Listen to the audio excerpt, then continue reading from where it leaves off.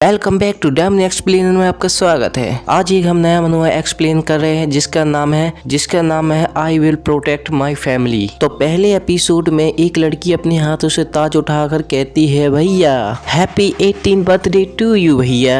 फिर उसके माता पिता कहते हैं आप क्या विश करना चाहते हैं मुझे बताओ। फिर वह लड़का कहता है यदि आप ऐसा कहते हैं तो यह सच नहीं होगा। फिर उसकी बहन उससे गले लगाकर कहती है भैया इतना ज्यादा सस्पेंस मत रखो जल्दी से बताओ। उस लड़की की माँ कहते फेफे अपने भैया को अकेला छोड़ दो। फिर उसके डैड कहते हैं वह 18 साल का आदमी बन गया है। फेफे क्या तुम्हें लगता है कि तुम्हारे भाई के पास सीक्रेट कोड है? यह सुनकर वह लड़का कहता है क्या मैं एक आदमी बन गया? यह कहने के बाद वह लड़का शर्माने लगता है और फिर हंसते हुए कहता है यदि तुम जानना चाहते हो तो मैं तुम्हें बता दूंगा। ओह अच्छा ठीक है मैं बताता हूँ। मैं चाहता हूँ कि हमारा परिवार हमेशा बना रहे और खुश रहे। वह इतना कहता ही है कि उसकी बहन के ऊपर एक रेड एनर्जी पड़ती है और उसकी बहन के 2 हिस्से हो जाते हैं और फिर वह रेड एनर्जी इतनी ज्यादा बढ़ जाती है कि उसके परिवार के खून के छींटे चारों तरफ फैलने लग जाते हैं और कुछ छींटे उसके चेहरे पे भी पड़ते हैं और साथ ही ये देख के वह सदमे में चला जाता है। और जिस बिल्डिंग में वह लड़का रह रहा होता है उसकी चारों तरफ से आग माग और तहस महस हो जाता है और पूरी बिल्डिंग टूट जाती है और चारों तरफ नुकसान हो जाता है और पूरी चारों तरफ से तबाही मचने लग जाती है और साथ ही पूरा शहर तबाह हो जाता है। और वह लड़का यह देखकर अभी भी हैरान और सदमे में रहता है। और फिर उस लड़की के सामने बहुत बड़ा मॉन्स्टर आ जाता है और उसके सामने दहाड़ मारने लग जाता है जिसके कारण वह लड़का बहुत ज्यादा डर जाता है और साथ ही हैरान भी हो जाता है। और फिर वह लड़का अपनी क्लास में जोर से चिल्लाकर उठता है और सबको हैरान कर देता है। फिर वह लड़का कहता है अच्छा यह एक सपना था।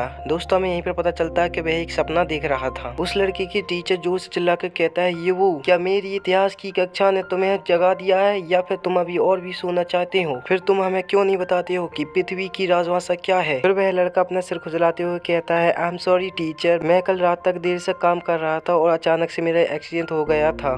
वैसे पृथ्वी की राजभाषा है। उसके टीचर रोकते हुए कहता है बस यहीं पर काफी है, तुम कुछ भी मत कहो और जाओ क्लास के पीछे जाओ, सीट पे बैठ जाना और जागते रहना। युवू जाते हुए कहता है ठीक है टीचर। फिर क्लास की टीचर कहते हैं मैं तो भूल ही गया था कि यह बच्चा तो बेवकूफ है और वह बच्चा मुझे पंच मारने वाला था। अच्छा है कि मैं स्मार्ट हूँ और स्टूडेंट्स को अच्छे नोट लेने चाहिए। फिर वह टीचर एक होलोग्राम निकालता है पृथ्वी का और कहता है कि पृथ्वी की परिभाषा क्या है। इतना कहने के बाद वह बताता है 2036 ईस्वी में पृथ्वी में अचानक समय स्थान परिवर्तन हुए जिससे पूरी पृथ्वी को खतरे और परिवर्तन परिस्थितियों से भरे एक गेम प्लेन में बदल गया और अब लोग आप जानते हैं इसे हम एथर्नल एरा कहते हैं जहां पर अब हम इस समय रहते हैं। और शक्ति के अलावा सभी मॉन्स्टर जो दौड़ते हुए आते हैं और मनुष्य के पास भी ऐसे स्टार है जिन्हें अपग्रेड किया जाता है और हम कई प्रकार के कौशल अपने अंदर विकसित कर सकते हैं। फिर हमें वही लड़का दिखाई दिया जाता है जिसका नाम इबे होता है और यह लेवल 3 का होता है। तो दोस्तों हमें अपना हीरो का नाम यहीं पर पता चलता है ये बू जो 3 का स्तर है। फिर इबे अपने मन में सोच के कहता हाँ इस खतरनाक और अज्ञात समय में हर कोई आगे बढ़ने के लिए लड़ रहा है अगले लेवल जाने के लिए और मैं भी। फिर हम स्कूल के बाद दिखाई दिया जाता है जो स्कूल से बहुत सारे बच्चे बाहर निकल रहे होते हैं। फिर वो अपने घर जा रहा होता है और पीछे से 3 लड़के आते हैं जिसमें से लेवल 5 का एक लड़का होता है और उसका नाम लूफेंग होता है। वह कहता है युब्बो यहीं पर रुको। यह सुनते ही युब्बे कहता है लूफेंग तुम्हें मुझसे क्या चाहिए? फिर लूफेंग गुस्से से कहता है क्या तुम मेरे साथ मजाक कर रहे हो? इस महीने की प्रोटेक्शन फीस चाहिए मुझे। युब्बो कहता है लूफेंग 2 साल पहले सीनियर स्टूडेंट के द्वारा धमकाया गया था तुम और मैंने आपको एक बड़े भाई की तरह प्रोटेक्ट किया था और आप मेरे से आप प्रोटेक्शन फीस चाहते हैं। यह सुनने के बाद लूफेंग बहुत जोर से पंच मारता है येबू को। मैं सचमुच अंधा था जब मैंने स्कूल में प्रवेश किया था। मैंने सोचा था कि मैं सीनियर के साथ हूँ लेकिन तुम एक लेवल 3 की प्लेयर निकले जो सिर्फ लेवल 3 की फाइट लड़ सकता है। अनएक्सपेक्टेड रूप से 2 साल के लिए स्कूल में प्रवेश करने के बाद मुझे लेवल 1 से लेवल 5 तक का समय लगा लेकिन आप अभी भी लेवल 3 पर है जो 2 साल पहले भी लेवल 3 पर ही था। तुम वास्तव में एक कचड़े हो और कचड़े के अलावा और कुछ नहीं हो। तुम इसी तरीके से जमीन पर रह सकते हो, आसमान के सपने मत देखो। फिर एक लड़की जो उसे कहती है रुक जाओ वहीं पर और उड़कर आती है उसके ऊपर फ्लाइंग किक मारती है बहुत जोर से, इतनी जोर से फ्लाइंग किक मारती है कि वहीं पर वह ढेर हो जाता है और बहुत ज्यादा दूर जाकर गिरता है। यह देखकर पहला लड़का कहता है धत तेरी की यह तो यूनफे है, वह केवल 16 साल की है लेकिन वह लेवल 7 की फाइटर है। यह सुनने के बाद दूसरा लड़का कहता है क्या क्या क्या वह उसकी बहन है, उसने लेवल 10 के मॉन्स्टर को हराया है। फिर इन पे गुस्से से कहती है तुम कमीने जल्दी से यहाँ से निकल जाओ। फिर दूसरा लड़का कहता है तुम एक कमीने हो जो लड़कियों के पीछे छुप सकता है। फिर पहला लड़का कहता है भाई चलो यहाँ से, हम यूनफे को नाराज नहीं कर सकते हैं।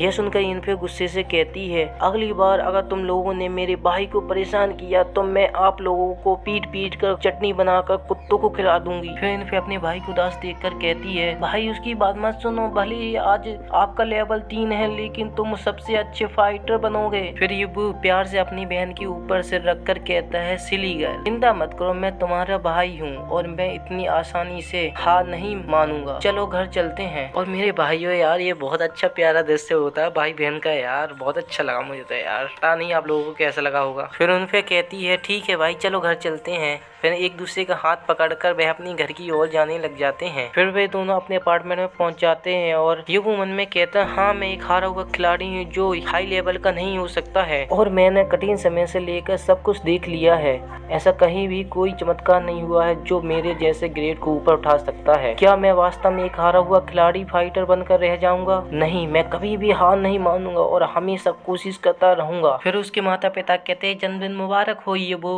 उसकी बहन कहती है, हैप्पी बर्थडे भैया। लेकिन युबू हाथ में केक पकड़कर मन में कह रहा होता है, मुझे अपने परिवार की रक्षा करनी है और साथ ही उनकी खुशियों की भी रक्षा करनी है, मुझे इसके लिए और ज्यादा मजबूत बनना है। युबू को हैरानी से कुछ याद आता है और कहता है, एक मिनट रुकिए, मेरे बर्थडे के दिन जरा ठहरिए, मेरे जन्मदिन के दिन जो मैंने देखा क्या वे एक स्वप्न है या कोई बुरा सपना है? ये असली में होने वाला नहीं है ना? फिर अपनी माता पिता से कहता है, माँ और पिताजी यह एक लंबा समय हो गया है जब हमने साथ बैठकर ग्रेट फिश खाया हो, तब से हमने एक साथ नहीं खाया है और अब मैं आप सभी के साथ खाना चाहता हूँ। मॉम कहती है, मैंने आज तुम्हारे लिए बहुत सारी डिश बनाई है और तुम सिर्फ ग्रेट फिश खाना चाहते हो। फिर डैड कहते हैं, आज युबू का जन्मदिन है इसलिए उसे ही तय करने दीजिए कि उसे क्या खाना है। फिर इन फिर उछलते हुए कहती है, ये ठीक है जो भाई कहेगा वही खाएंगे आज। फिर हम रोड स्ट्रीट की लाइट देखते हैं। फिर इन पे बहुत ज्यादा खुश होकर कहती है, इस मछली ने मुझे बहुत ज्यादा संतुष्ट किया क्योंकि ये बहुत ज्यादा स्वादिष्ट था और मैंने आज बहुत ज्यादा खाना खा लिया है इसलिए मेरा पेट बाहर निकल आया है थोड़ा सा। ये वो अपनी बहन को देखकर मन में सोचता है, कुछ नहीं हुआ, मुझे लगता है कि मैंने शायद ये सपना ही देखा था और मुझे इस सपने पे यकीन नहीं करना चाहिए, मैं सच में इस बात पे यकीन करने पर पागल हूँ। फिर इन पे खुश होकर जा ही रही होती है कि पीछे से अचानक से थंडर लाइट आने लगती है और पोर्टल खुल जाता है जहाँ से बहुत सारी ऊर्जा आ जाती है और इस ऊर्जा को देखकर तीनों को पकड़कर उसके डैड अपनी पीठ उस ऊर्जा के सामने कर देते हैं जिससे इन तीनों को चोट न लगे। यह देख कर युबू को कुछ समझ नहीं आता है और वह हैरानी से देखता रहता है और उस पोर्टल को देखकर एक आदमी कहता है, हम यहाँ पर मरने जा रहे हैं, जल्दी से यहाँ से भागो। और कोई कहता, देखो ये कितना बड़ा पोर्टल खुला हुआ है। फिर उसी पोर्टल में से बहुत लंबी बड़ी टांगे निकल आती है और उसमें से फिर पूरा मॉन्स्टर ही निकल आता है जो एकदम कॉकरोच की तरह दिखता है